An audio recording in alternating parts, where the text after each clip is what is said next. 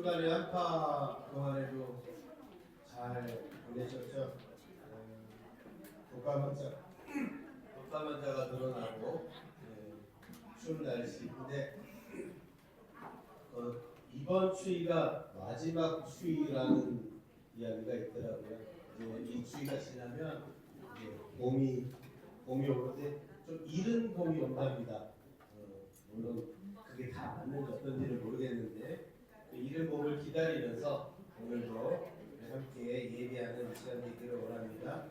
찬송가 509장 오늘도 우리 주님께서는 우리가 이전에 온 것을 기뻐하시며 천국종을 기뻐 치시는 줄 압니다. 509장입니다.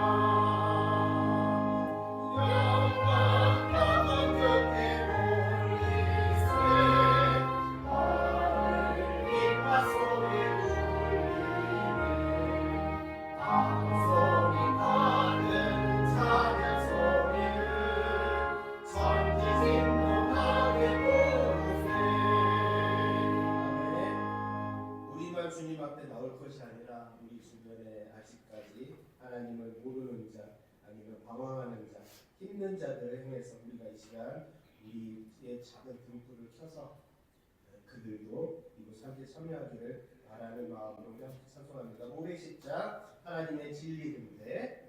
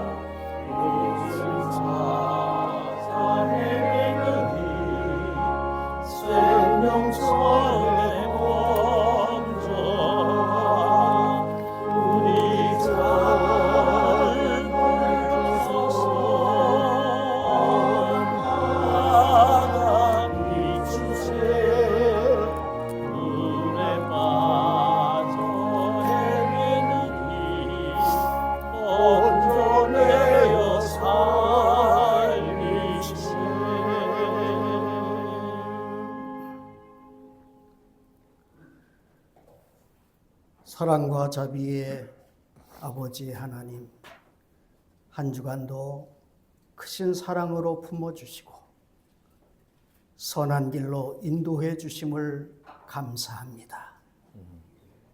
평범하게 지내온 한 주간을 돌아봅니다. 주님의 자비의 손길로 이끌어 주심을 생각하며 감사드립니다. 아멘. 주님, 아직도 세상은 전쟁과 불의로 혼란이 거듭되고 있습니다. 인간의 어리석은 생각과 욕심을 버리게 하시고 하나님의 공의와 질서를 속히 회복하게 하여 주옵소서. 오늘 예배를 통해 먼저 우리 마음의 하늘의 평화로 채워주시고 인생의 염려와 무거운 짐 내려놓고 참 자유자로 살아가게 하여 주옵소서. 우리의 찬송이 내 마음의 고백이 되게 하시고 우리의 기도가 아버지의 뜻을 찾고 이루어가는 길이 되게 하여 주옵소서. 오늘도 지혜의 성령이 함께하사 선포되는 생명의 말씀을 들을 때 큰 기쁨과 새 힘을 얻는 복된 시간 되게 하여 주옵소서. 우리의 권속들 중에 이 자리를 그리워하지만 먼 곳에서 또한 육신의 연약함으로 함께하지 못하는 분들이 있습니다. 긍휼히 여기사 나날이 더 강건케 하여 주시고 사모하는 마음에 하늘의 평화와 기쁨으로 채워 주옵소서. 예수 그리스도의 이름으로 기원하옵나이다. 아멘.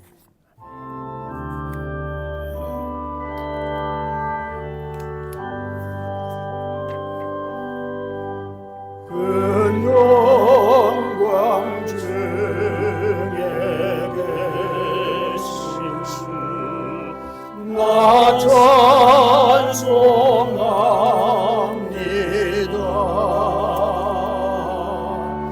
영원히 계신 자애를 나 찬송합니다.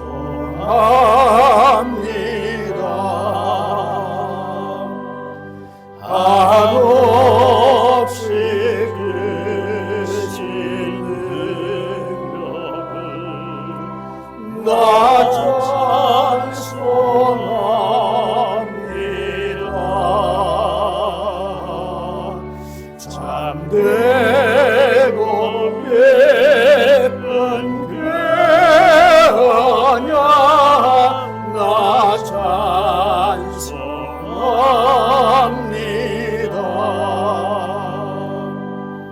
온 천지 창조하시고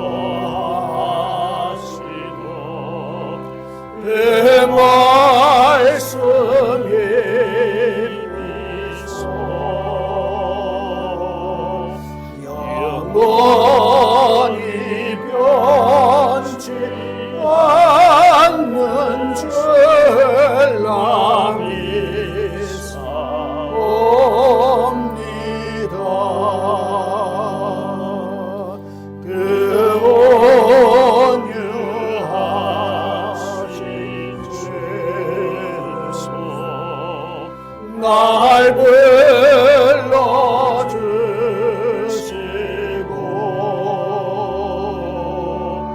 그 품에 품어주시니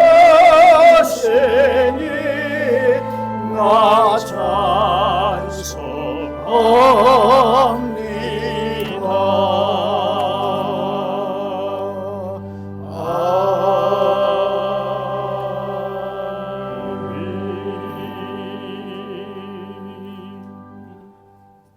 성시를 교독하십시다. 교독문 9번 시편 15편의 말씀입니다.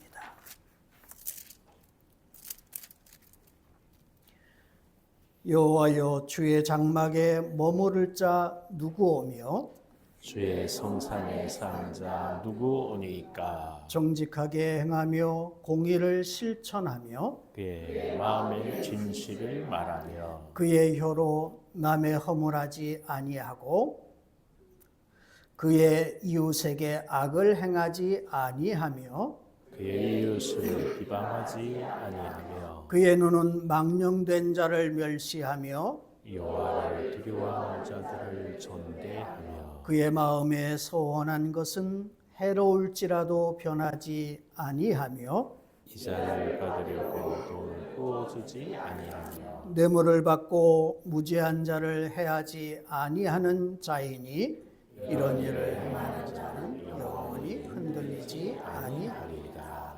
아멘. 아멘. 다 자리에 앉으셔서 찬송가 370장을 펴보시길 바랍니다.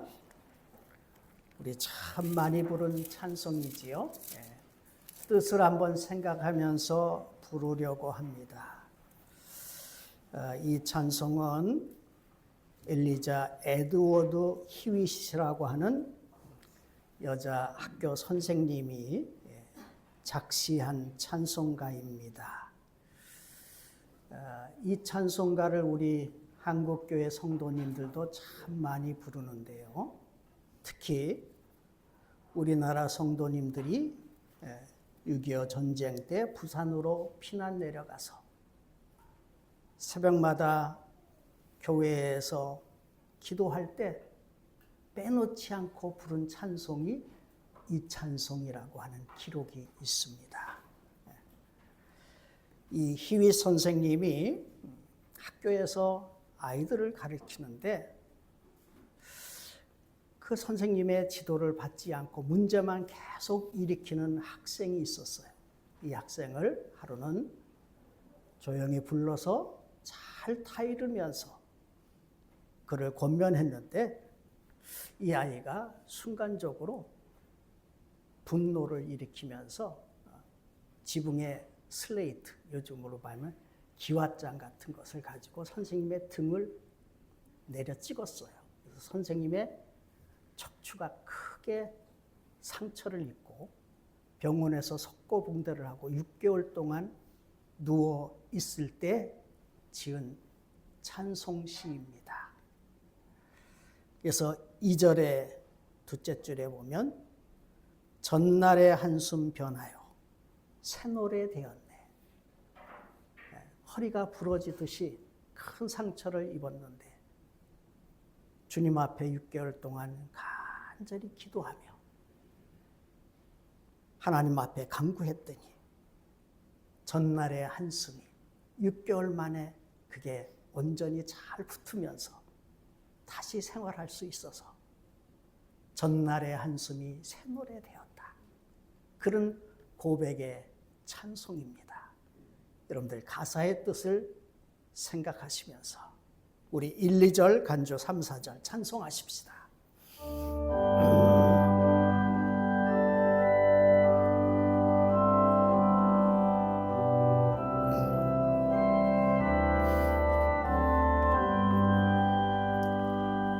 주 안에 있는 나에게 당근심이 있으나 십자가 밑에 나가 내 짐을 풀었네. 주님을 찬송하면서 할렐루야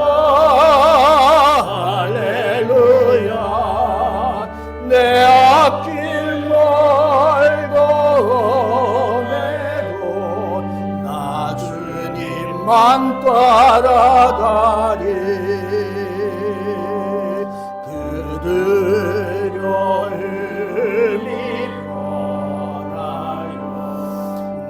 기도 되었고 전날의 한숨 변하여 내 노래 되었네. 주님을 찬송하면서 할렐루야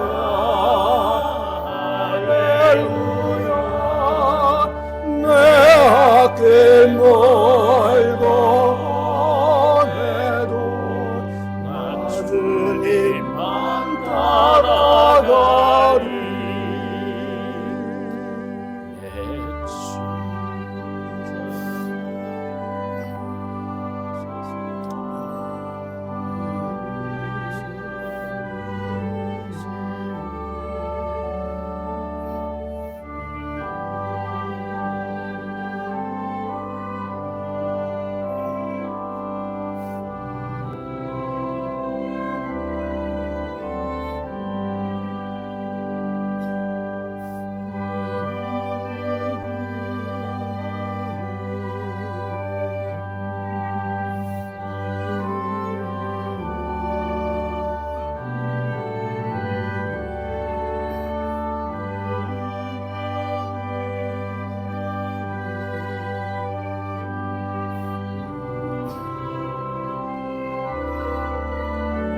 내 주는 자비하셔서 내 주는 자비하셔서 늘 함께 계시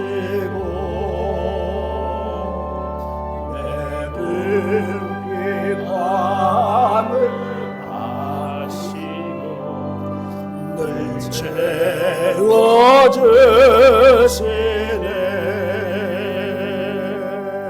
주님을 찬송하면서 할렐루야 할렐루야 내 앞길 말고 나 주님만 따라가리. 내 주와 맺은 언약을 영원하시니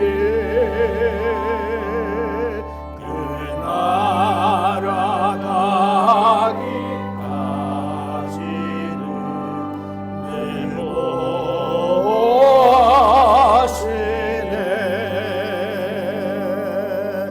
주님을 찬송하면서 할렐루야 할렐루야 내 앞길 멀고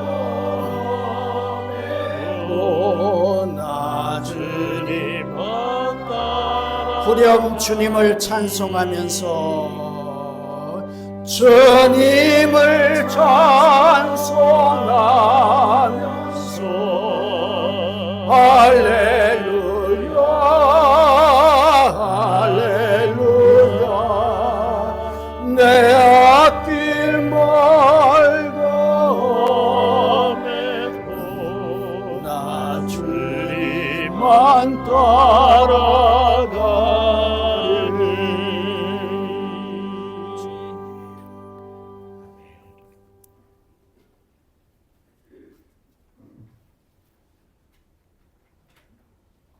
사랑이 많으신 하나님 아버지, 평소 햇빛이 우리 눈에 보이지 않지만 그 빛이 어딘가에 닿았을 때 그 따뜻함을 전해주는 우리의 하나님 아버지의 사랑과 은혜가 우리 눈에는 보이지 않지만 저희들의 마음에 닿았을 때 엄청난 사랑과 은혜가 느껴짐을 깨닫게 됩니다. 저희들을 찾아주셔서 유럽 속에 살던 저희들을 아들, 딸로 불러주신 하나님 아버지께 진심으로 감사와 찬송을 올려드립니다. 아멘.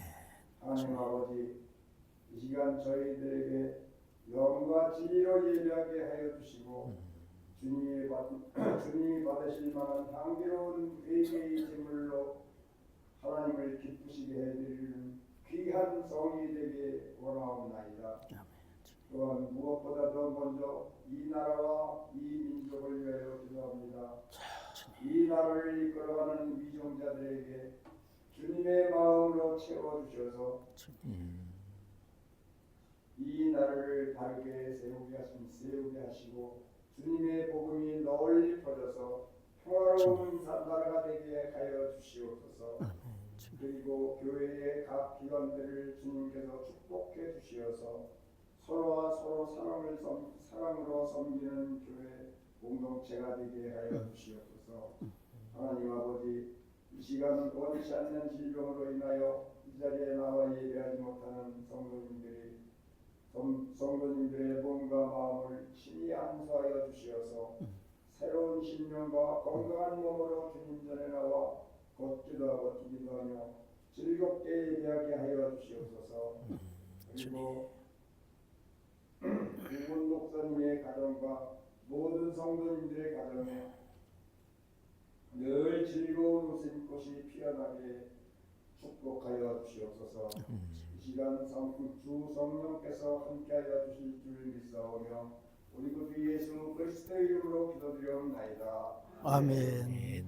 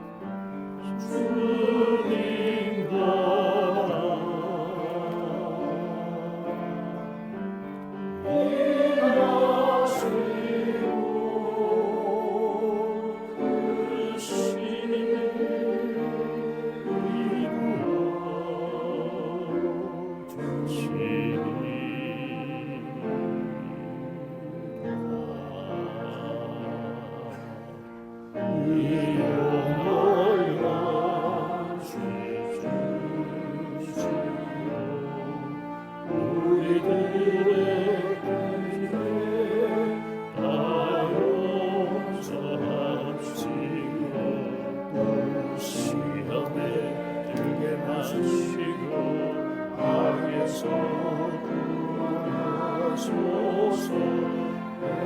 내게 주의 나라 주의 권세 주의 영광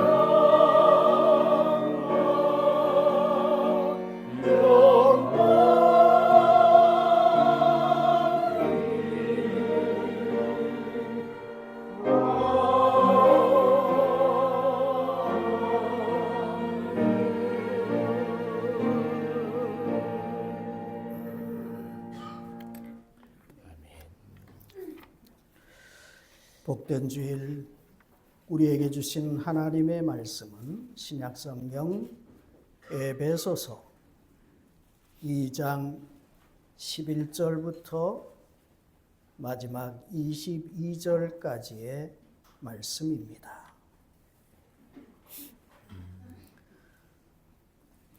에베소서 2장 11절부터 22절까지, 제가 18절까지 봉독하고 19절부터 마지막 절까지는 함께 봉독하도록 합니다. 11절부터 봉독해 드립니다. 그러므로 생각하라. 너희는 그때 육체로는 이방인이요 손으로 육체에 행한 할례를 받은 무리라 칭하는 자들로부터 할례를 받지 않은 무리라 칭함을 받는 자들이라. 그때 너희는 그리스도 밖에 있었고 이스라엘 나라 밖에 사람이라. 약속의 언약들에 대하여는 외인이요 세상에서 소망이 없고 하나님도 없는 자이더니 이제는 전에 멀리 있던 너희가 그리스도 예수 안에서 그리스도의 피로 가까워졌느니라. 그는 우리의 화평이신지라 둘로 하나를 만드사 원수된 것 곧 중간에 막힌 담을 자기 육체로 하시고 법조문으로 된 계명의 율법을 폐하셨으니 이는 이 둘로 자기 안에서 한 새 사람을 지어 화평하게 하시고 또 십자가로 이 둘을 한 몸으로 하나님과 화목하게 하려 하심이라.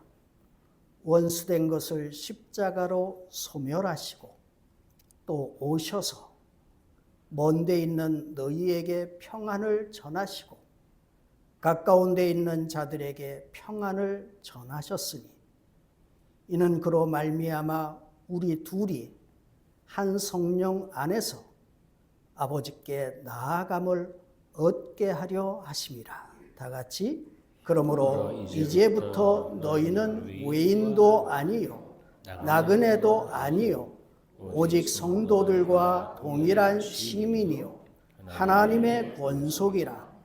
너희는 사도들과 선지자들의 터 위에 세우심을 입은 자라.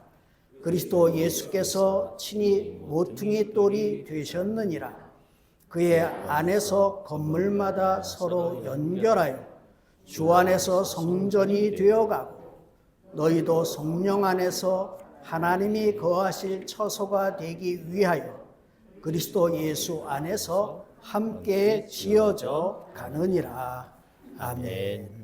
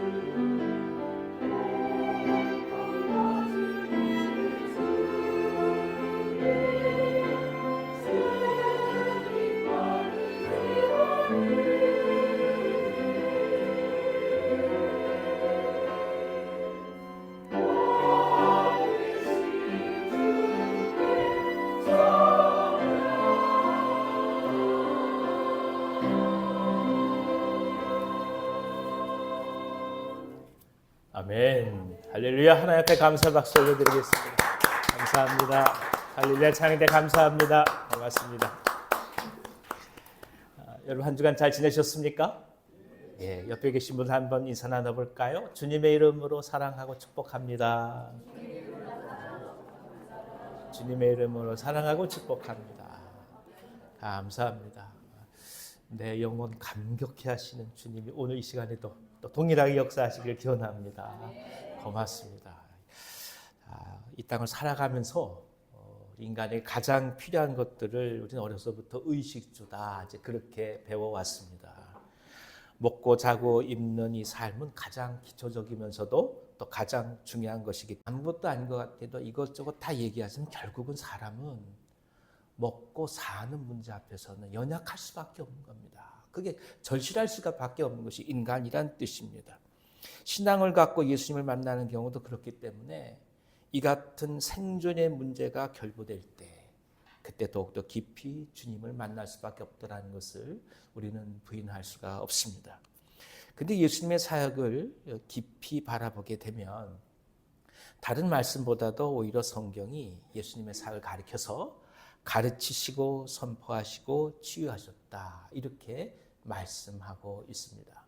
분명 예수님은 오병이어의 기적으로 5,000명을 먹이시고 7병 2마리의 기적으로 4,000명을 먹이시고 가나의 혼인잔치에서도 물론 포도주로 바꾸시는 기적을 행하시고 먹는 것으로부터 참 많은 기적을 이루셨음에도 불구하고 성경은 예수께서 하신 일을 가르쳐서 얘기하기를 가르치시고 선포하시고 그리고 치유하셨다 이렇게 말씀한다는 것입니다.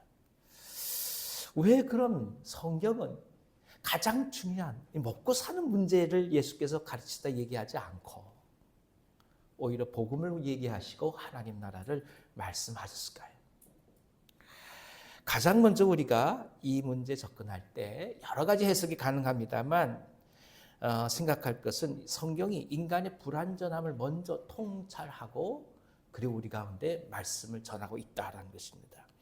해결할 수 없는 가장 고통스러운 문제이면서도 인정하려고 하지 않는 죄의 문제가 태생적인 인간의 근본 문제라고 보기 때문입니다. 그러니까 먹고 입고 자관이 가장 중요한 문제도 있지만 그것보다 더 원초적인 문제가 어디에 있느냐? 죄의 문제다. 이것을 먼저 얘기하고 있다는 뜻입니다.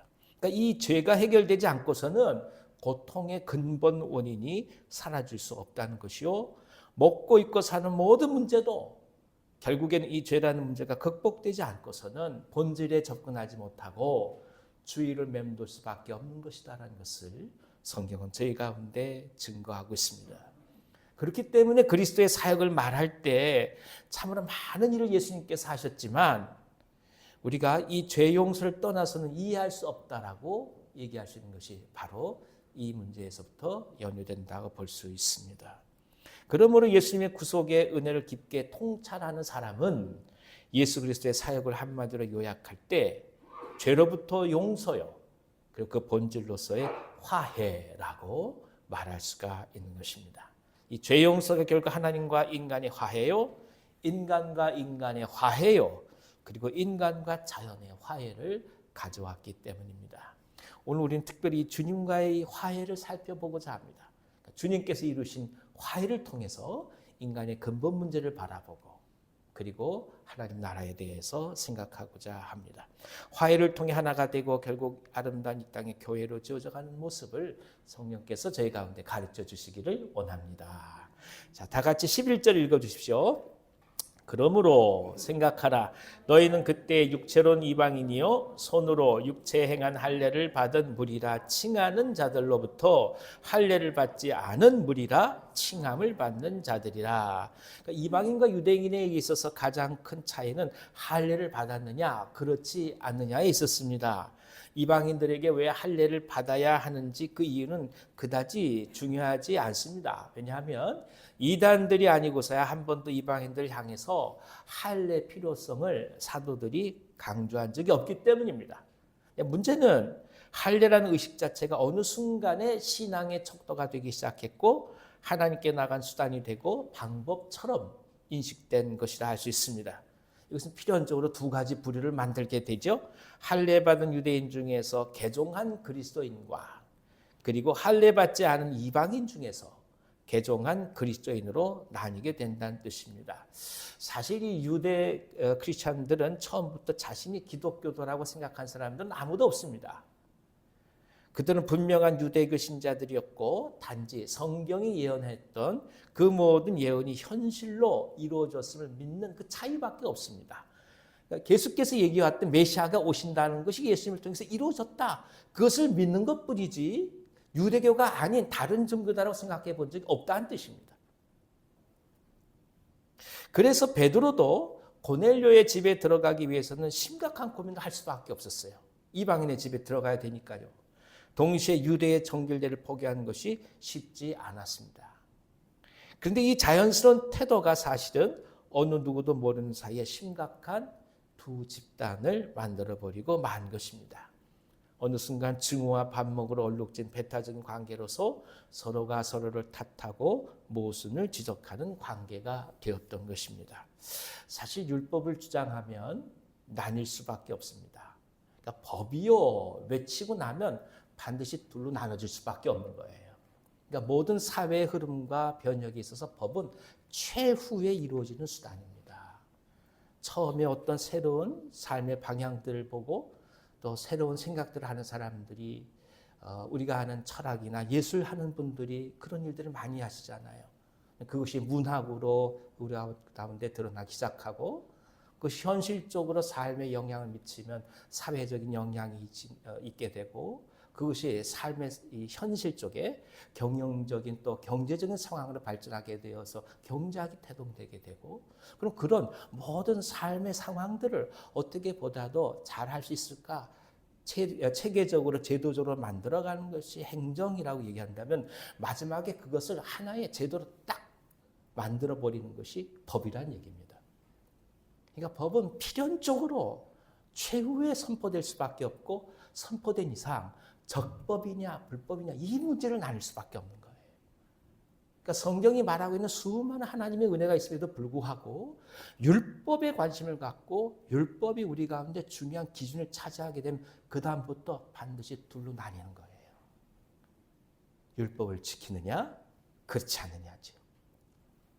선민을 주장하면 선택의 자고함으로 빠져들 수밖에 없습니다. 예컨대 신앙생활을 오래 하게 되면 예수님을 믿는 일 자체에 익숙해져 버릴 때가 많습니다. 물론 사실 감사한 일이죠. 주님을 깊이 알아가는 것이니까요. 하지만 처음으로 예수님을 믿는 사람들을 배려하고 주님을 모르는 자들을 향해서 어떻게 가야 할지 고민하는 것을 종종 잊어버릴 때가 많다는 것입니다. 아마 제가 제일 그럴 겁니다. 목사는 1년 내내 예수 믿는 사람만 보고 있어요. 안 그런가요? 일주일 내내 보는 사람, 예수 믿는 사람들만 보고 있어요.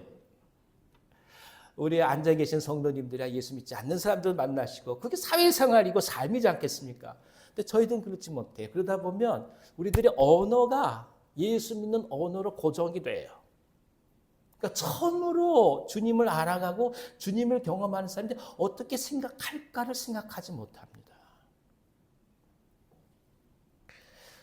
그들의 마음이 되어서 그들이 무엇을 원하고 어떤 것을 도와야 될지를 놓칠 때가 많다는 뜻입니다. 예배당도 마찬가지입니다. 예배당은 믿는 이들의 전유물로 남아서는 사실 아무 의미가 없는 거죠. 예배당은 인생 가운데 방황하고 낙심하는 영혼들 누구나 찾아와서 하나님을 만나고 그리고 안식하는 그런 곳이 예배당입니다.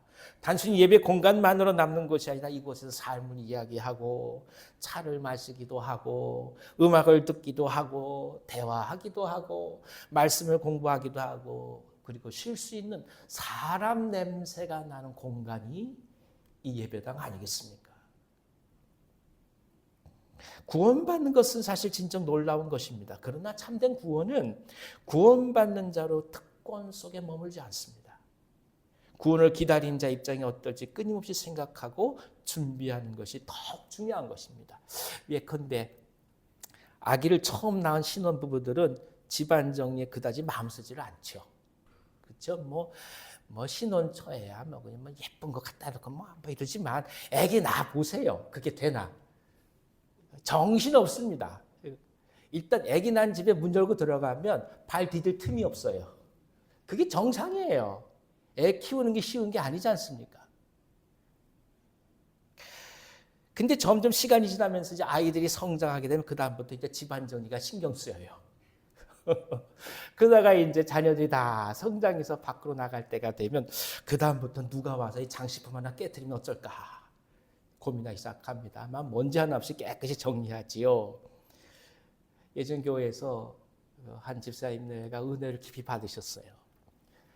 남편분이 대기업에 계시다가 은퇴하신 지 얼마 안 됐을 때입니다.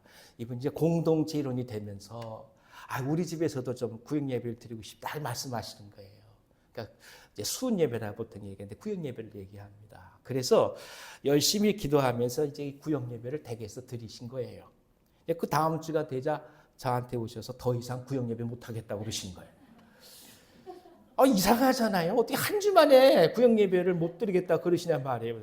이상해가지고 왜 그러시냐고 그냥 말씀해 보시더니 아니요 그럴 이유가 있다. 그러니까 순장님 이제 구역장님 잠깐 보시자 그래서 무슨 일이 있었습니까? 하필 그 구역에 신혼부부 요만한 어린아이들이 많은 집 있는 거예요. 그 가서 예배드리는데 이 애들이 이리 뛰고 저리 뛰고 뭐 난장판을 만들어 놓은 거지요. 더군다나 이제 은퇴하시면서 이렇게 가꾸고 예쁘게 한 뭐가 있었나 봅니다. 근데 그게 이제 좀 흠이 났나 봐요. 마음이 상하셔가지고 그 다음부터 이 구역 예배 드리지 않으시겠다고 그러시는 거예요.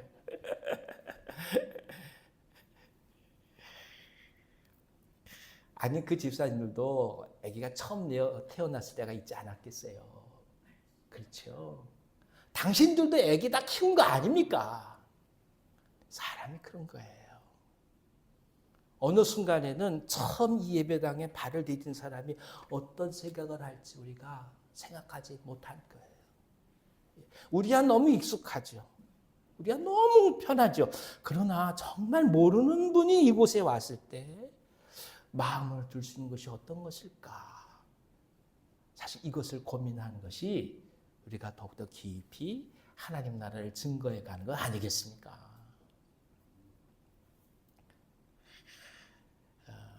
익숙한 우리에게 문화를 맞춰가는 것이 아니라 새로 오는 분들의 문화를 이해하는 마음의 씀씀이와 수고가 필요하다는 것입니다. 물론 아까 그 집사님은 나중에 훌륭하게 믿음이 성장하셔서 순장님, 구역장님 되셨습니다. 오해하지 마십시오.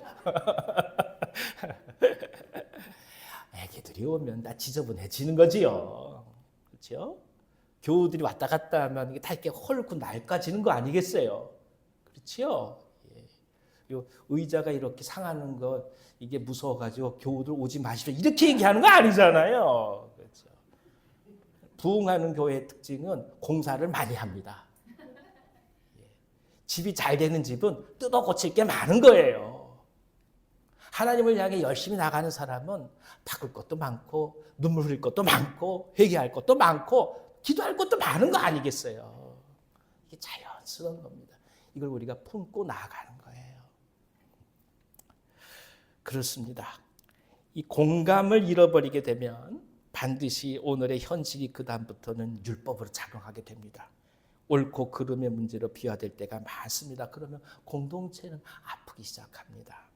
그렇습니다. 집안에 아기가 태어나는 것을 기다리는 것처럼 그렇게 우리들은 새로 구원받는 영혼들을 위해서 마음을 내려놓는 것이 필요합니다. 그런 마음으로 우리 공동체를 위해서 기도해 주시고 사랑해 주시기를 원합니다. 만약 이 마음이 있었다면 아마 이 성경 기록된 그 당시에 히브리파 헬라파의 아픔도 많이 줄어들었을 것입니다. 자, 다 같이 12절 13절 읽어주십시오. 그때에 너희는 그리스도 밖에 있었고 이스라엘 나라 밖의 사람이라. 약속의 언약들에 대하여는 외인이요 세상에서 소망이 없고 하나님도 없는 자이더니 이제는 전에 멀리 있던 너희가 그리스도 예수 안에서 그리스도의 피로 가까워졌느니라. 그리스도를 알지 못했을 때를 가리켜서 그리스도 밖에 있었다. 외인이다 이렇게 말씀합니다. 약속의 언약들에 대해서 바깥에 있는 외인이라고 말씀합니다. 이것은 인간 내면의 가장 큰 문제인 구원을 어느 방법으로든 이룰 수 없는 버려진 존재였다라는 것을 말하는 것입니다. 하나님을 알 수 없는 존재였기 때문에 인생이 왜 존재하는지, 왜 자신이 이 삶의 터전에 있는지 알 수 없었던 것입니다.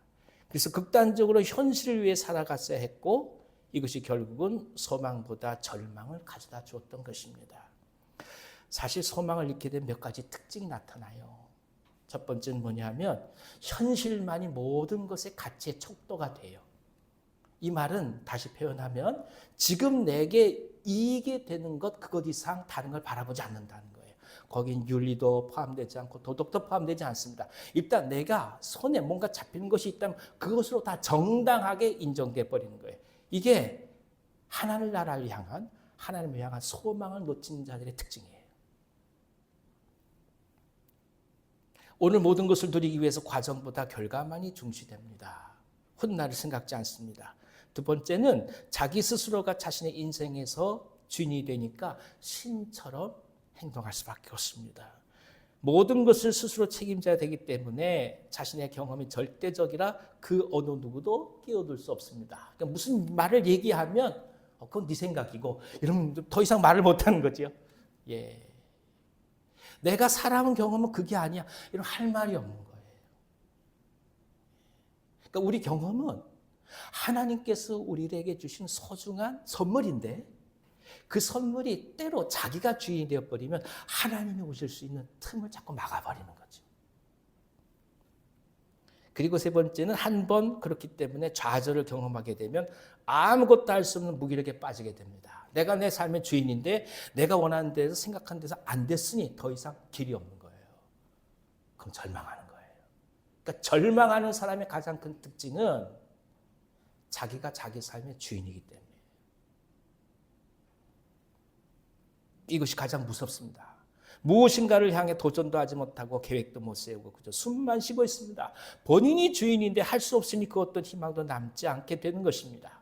하지만 이제 그리스도 안에서 주님의 보혈로 인해서 자신이 누군가를 우리가 이제 비로소 깨닫게 되었습니다.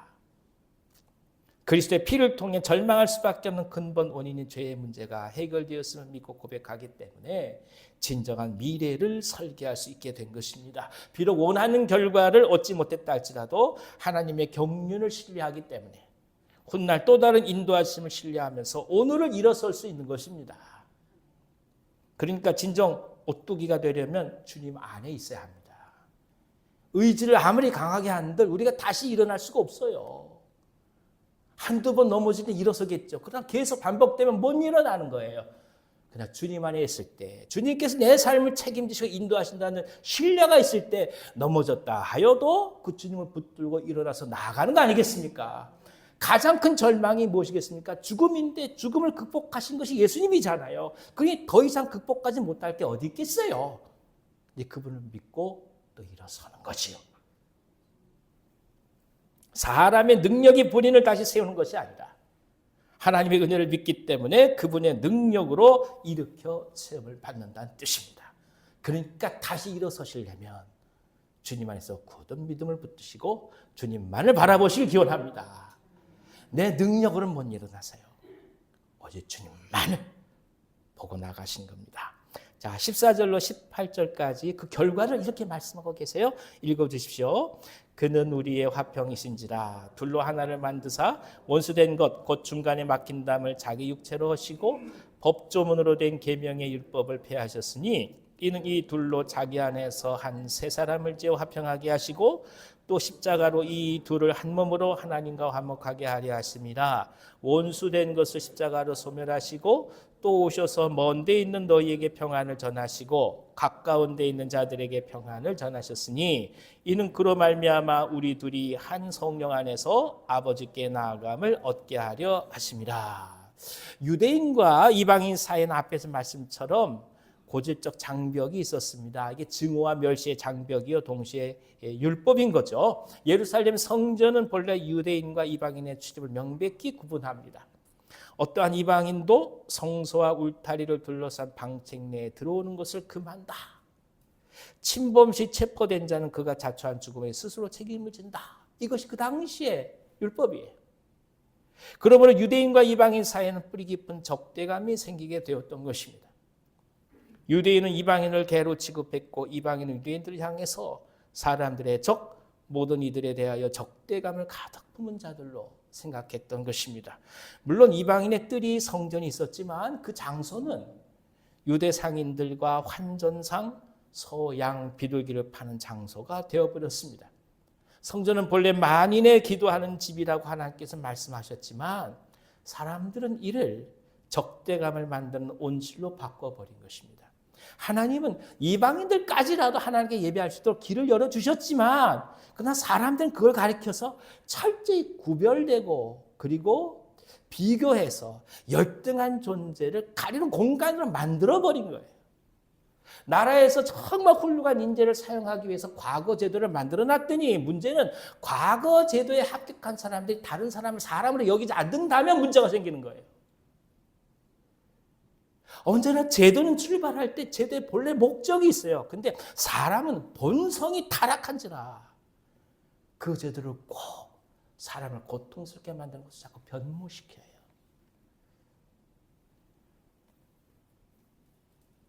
하지만 예수 그리스도를 통해서 새로운 세계가 열리게 되었다. 오늘 말씀합니다. 그가 바로 이 막힌 담을 하셨기 때문이다. 우리 복음서에서 예수께서 성전을 정화시키는 사건을 기억하실 겁니다. 분노하셔서 장사치를 쫓아낸 사건을 알고 있습니다. 물론 문자 그대로 성전을 깨끗이 청소하신다는 깊은 뜻도 있겠지만 동시에 이 같은 분노와 적대감에 대해서 주님께서 통분히 여기셔서 사람들이 만들어오는 이 분노와 적대감을 해소시키려고 하시는 주님의 선택인 상징적 사건도 될 수 있다라는 뜻입니다. 오죽하면 그렇게 화를 내셨겠어요. 하나님은 은혜를 주기 위하여 만드셨는데 사람은 그것을 가르는 수단으로 사용하잖아요. 하나님은 함께 이루실 공동체를 생각하시는데 인간은 언제나 그것을 위와 아래로 나누잖아요. 이것이 가장 큰 아픔인 거죠.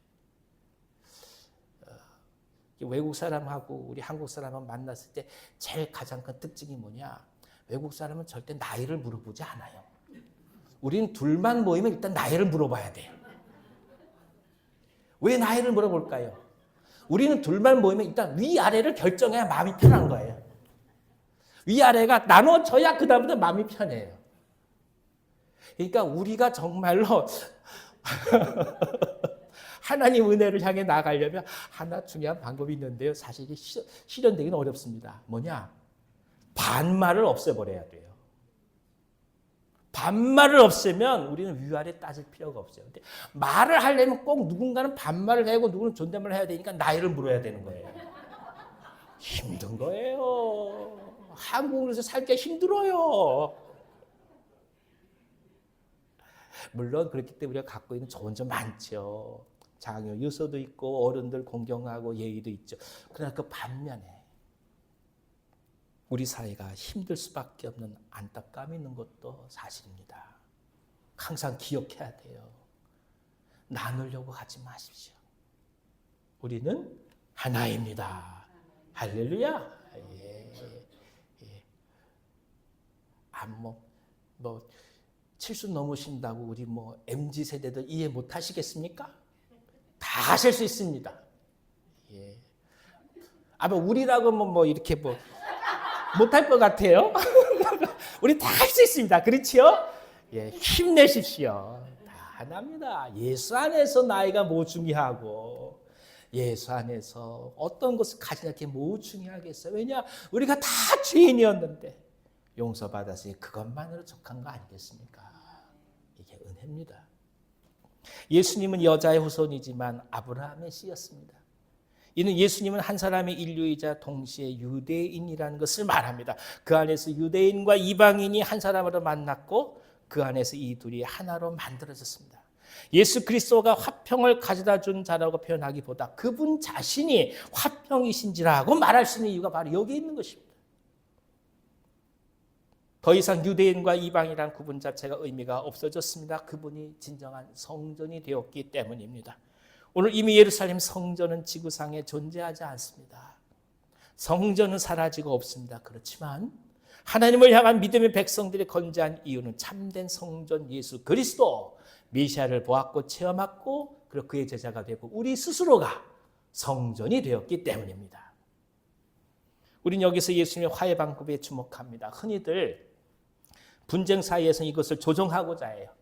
가장 적절한 타협점을 찾아 양쪽이 화해하는 시점을 양보시키는 것입니다. 그러나 예수님의 화해는 이 둘을 위하여 생명을 주는 방법입니다. 자신을 십자가에 내어줌으로써 그 끔찍한 형틀에 내어줌으로써 서로 간의 구별조차 의미가 없다는 것을 얘기하는 거예요. 세상의 화해는 여기까지는 내 것이요 저기부터는 당신 것이요 결국은 너와 내가 구별된 게 화해라면 주님은 그 모두를 위해 죽어주심으로 구별 자체를 사라지게 하시는 거예요. 너와 내가 하나고 우리 민족 너희 민족이 하나님을 더 이상 우열을 논하는 것 자체가 의미가 없음을 깨닫게 한 것입니다. 그래서 그리스도의 화해는 이 십자가에서부터 시작합니다. 이 모든 분쟁의 원인이 단순한 이해 대립이 아니라 당신과 나라는 인간 내부에 깊숙이 박혀 있는 죄의 문제임을 알게 하는 것입니다. 이 죄가 해결되는 것이 참 화해의 지름길임을 알게 합니다. 그리고 이를 위하여 예수께서 죽으셔야 했던 겁니다. 예수님의 죽음은 세 가지 화해가 돼요. 첫 번째가 뭐냐면 하나님과 인간 사이의 화해예요. 그리고 두 번째가 용서받은 우리 자신을 발견했으니까 우리 주위를 바라볼 수 있는 인간과 인간 사이의 화해가 돼요. 그리고 또 하나는 인류와 모든 피조물의 왜곡된 관계가 다시금 회복된 겁니다. 풀 한 포기, 꽃 한 송이마저 하나님의 창조의 결과임을 믿음의 눈으로 보기에 귀하고 아름답게 이 모든 삶, 자연을 대할 수 있게 되는 것입니다. 그러니까 자연 보호 그 자체를 외친다고 되는 게 아니죠. 진정한 화해, 죄 용서의 은혜가 있을 때 비로소 진정한 의미의 세상과의 화해를 이룰 수 있다는 뜻입니다. 사실 다른 사람을 용서하는 것은 어렵지만 그것보다 더 어려운 것은 이 세 가지 화해보다 정말 중요한 것은 뭐냐면 우리 자신을 용서하는 겁니다. 흔히들 이야기하는 상처 이면에는 그렇게 하지 않을 수 있었는데 왜 그렇게 했느냐는 자신들에 대해 얼마나 아파하는지 모릅니다. 조금 더 잘할 수 있었는데 아니 자신의 인생을 더 성실히 살 수 있었는데 이 자책감은 얼마나 힘들어하는지 몰라요. 보다 더 나을 것이라고 생각한 자신을 만들어가지 못한 스스로에 대해서 미워하기도 하고 절망하기도 합니다. 예전 섬기던 교회에서 그 삼풍백화점 무너졌을 때 막 오열하던 집사님이 생각이 나요. 1995년 6월 29일 오후 5시 57분에 삼풍백화점이 붕괴했습니다. 삼풍백화점 안에 하나 매장을 갖고 계셨어요, 이분이. 그날 오후의 일 때문에 당신 따님 보고 가서 가게를 보라고 한 거예요. 이 딸이 전화 왔어요. 5시 50분에. 엄마 한 10분 일찍 가면 안 돼? 장사는 그렇게 한 거 아니다. 손님이 언제 올지 어떻게 알겠느냐. 예정했던 6시까지 해라. 5시 57분에 무너진 거예요. 얼마나 서럽게 울고 가슴을 치는지. 내가 죽였다는 거예요. 내가 내 딸을. 못 견뎌하는 거예요. 그 앞에 무슨 위로를 하겠어요? 한번 생각해 보십시오.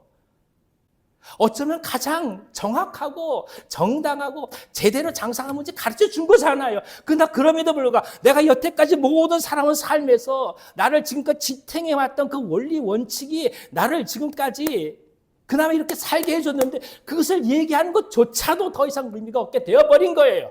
지금까지 내가 옳았다고 얘기해 붙들어왔던 그 모든 것 실제는 아무 의미가 없어져 버린 거예요. 어디다 이 감정 호소하겠어요? 자책감에만 말할 수 없는 거예요. 위로는 하나밖에 없었어요, 결국. 같이 울어주는 거였고. 그리고 얘기했어요. 그런 우리를 위해서 주님께서 오신 거 아니겠냐.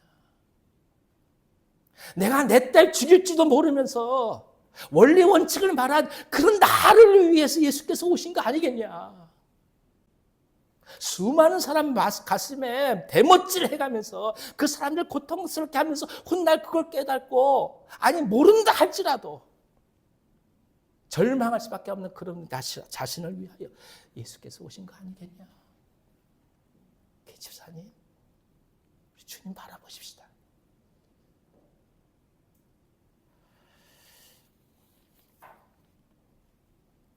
용서할 수 없고 아파하는 그런 나 자신의 모습을 하나님은 그래도 그걸 사랑하셨어. 아니, 그럴 줄 미리 아시고 사랑하는 아들, 딸을 살리기 위해서 당신의 독생자를 이 땅에 보내신 것입니다. 할렐루야. 그런 여러분, 우리가 완전하지 못하다고 애통하고 아파하기보다 그런 우리를 위해 오신 주님을 찬송하십시다. 그런 주님의 은혜를 바라보는 거예요. 그러니까 은혜로 사는 거지 우리가 온전해서 사는 거 아니에요. 우리가 배워서 사는 것도 아니고요. 가져서 사는 것도 아니고요. 칭송받을 만해서 자랑할 만해서 사는 거 아무것도 없습니다. 그저 하나님의 은혜로 살아가는 거예요.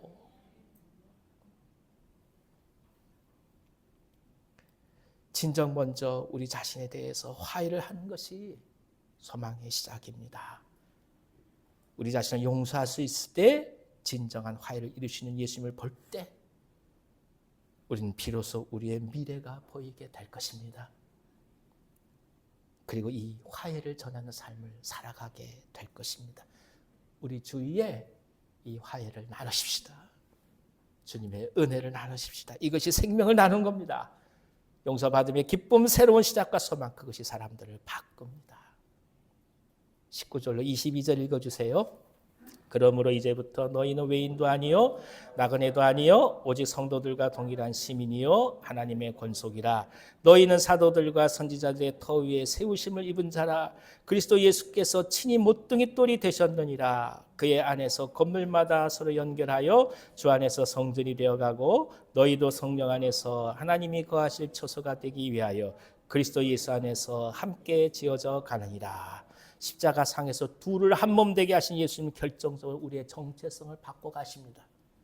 성도들과 동일한 시민으로 하나님의 권속으로 만들어 주십니다. 이제는 내 자신이 진정한 교회임을 깨닫는 거죠. 건물마다 서로 연결해 주는 성전이 되어갑니다. 그렇습니다. 당신과 저는 이제 성전이 되어가는 과정 중에 있습니다. 과정이라는 말은 두 가지 의미를 가져요. 먼저는 현재 미완성이다라는 거예요. 완벽하지 않습니다. 이상적이지 않습니다. 부족한 간부 사람이 많습니다. 이것이 완벽을 요구하는 사람들 향해서 때로는 상처가 될 때도 있겠죠. 그러나 이것은 동시에 미래의 가능성을 예시하는 말씀이기도 합니다. 오늘은 부족하지만 내일 그리고 미래의 변모가 달라진 우리 자신을 기대할 수 있다는 말씀입니다. 예수께서 오신 그날 온전한 회복과 완성이 있음을 믿음으로 바라보기 때문입니다. 여러분, 예수 안에서 함께 지어져감을 기쁨으로 누리시기를 기원합니다. 그리고 당신 자신을 향하여 온 세상의 교회를 향하여 당신이 속한 공동체를 향하여 믿음의 가능성을 신뢰하고 도전하십시다. 지금도 중요하겠죠. 그러나 가능성은 하나님의 은혜입니다. 우리는 만들어져 가는 과정 중이에요. 완벽한 성전이 아닌 성전이 되어가는 사람들입니다. 이것을 믿으시고 서로를 품으시고 화해하시는 주님을 바라보면서 진정한 복음의 능력으로 이번 한 주간 넉넉히 승리한 우리 모두 되기를 간절히 기원합니다. 기도하겠습니다. 하나님 아버지, 우리를 당신이 거하시는 성전으로 만드시니 감사합니다. 부족하지만 쓰러지지만 나약하지만 그런 저희들을 사랑하셔서 우리 주님을 보내주셨으니 주님의 은혜에 의지하며 나아갑니다. 우리 자신들을 끌어안고 용서하게 하시고 그 사랑 속에 세워져가는 그리스도의 화해와 하나님의 성전을 보게 하옵소서.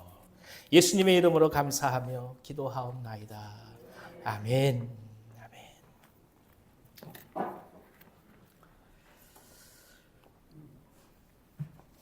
주신 말씀을 생각하며 찬송하십시다. 488장입니다.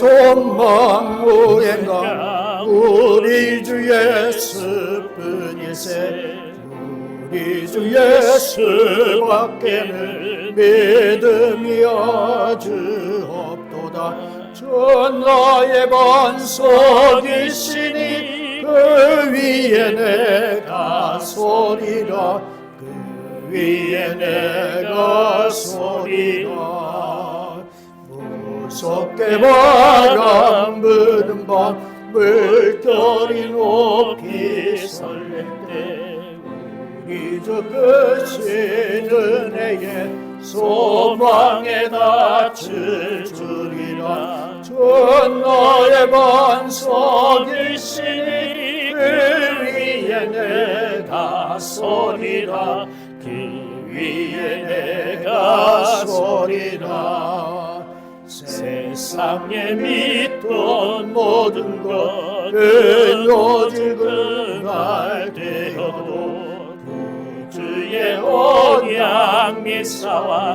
내 소망 더욱 그리라 그 나의 반석이시니 그 위에 내가 서리라 그 위에 내가 서리라 천국 올라가 하나님 앞에 배울 때 주의 일을 힘입어 오유심하고 서리라 주 나의 반석이시니 그 위에 내가 서리라 그 위에 내가 서리라 아멘. 교회 소식 전하겠습니다. 주보를 참조해 주시고요. 지난주에 식당에서 식사하면서 같이 이렇게 둘러앉아서 먹는 게 얼마나 좋은지요. 그러면서 점심때 토스트도 이 안에서 했으면 좋겠다 하는 얘기를 듣고 그렇구나 하고 그렇게 하려고 했더니 마을 모임이 거기서 있어요. 그래서 정리까지 다 하려고 하면 시간이 꽤 걸려서 그러면 우선은 로비에 테이블을 더 넓히자. 그래서 두 군데로 더 넓혔습니다. 자, 이렇게 우리 함께 교제하시고 마을 모임으로 이어갔으면 좋겠습니다. 이제 우리 다 자리에서 일어나셔서 630장 찬송 부르며 드린 예물 봉헌하십시다.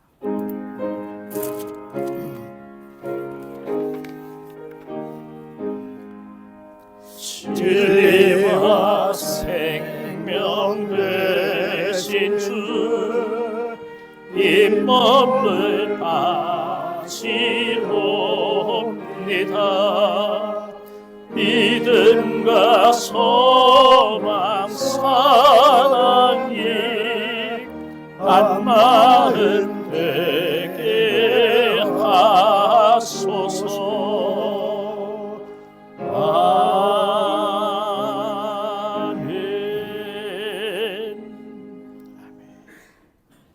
사랑과 은혜가 풍성하신 아버지 하나님, 사랑하는 자녀들의 필요를 늘 채우시는 그 자비의 손길에 감사를 드립니다. 지난 한 주간도 은혜와 평강으로 채워주시며 필요한 일용할 양식을 주시어 하루하루 은총 가운데 살아가게 하시니 참으로 감사합니다. 이 시간 받은 사랑과 복을 기억하며 감사한 마음으로 자신의 삶과 예물을 드린 손길 위에 하늘의 평강과 땀 흘려 심은 선한 씨앗이 풍성한 결실로 거두게 하여 주시기를 원합니다. 한 주간도 가정과 삶의 터전에 평안과 넉넉히 일하고 활동할 수 있는 육신의 건강도 주시어 맡겨진 사명 잘 감당하며 살아가게 하여 주옵소서. 아멘. 예수 그리스도의 이름으로 기도하옵나이다. 아멘.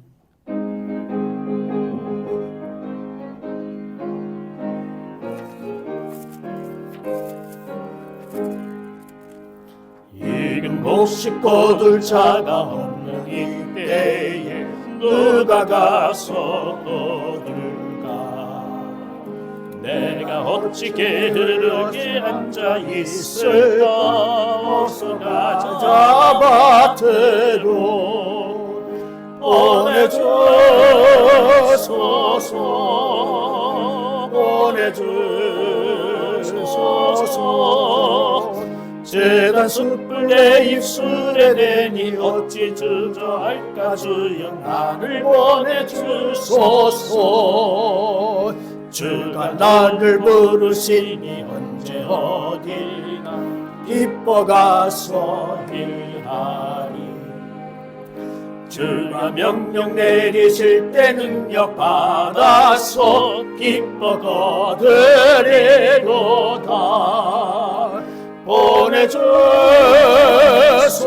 보내주소서, 보내주소서.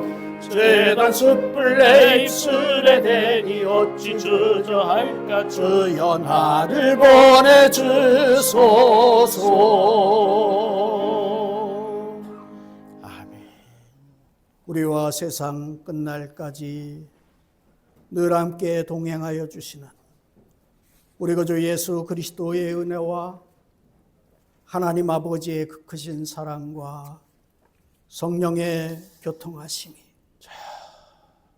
우리를 주 안에서 자녀 삼아 주시고 한 몸 되어 생활하게 하시며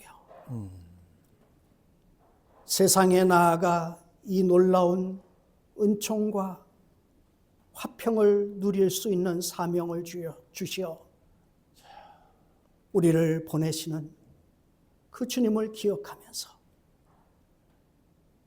우리에게 맡겨진 사명을 잘 감당하기를 소망하는 사랑하는 주의 자녀들 앞날 위에 이제로부터 영원히 함께 있을지어다. 아멘. 아멘.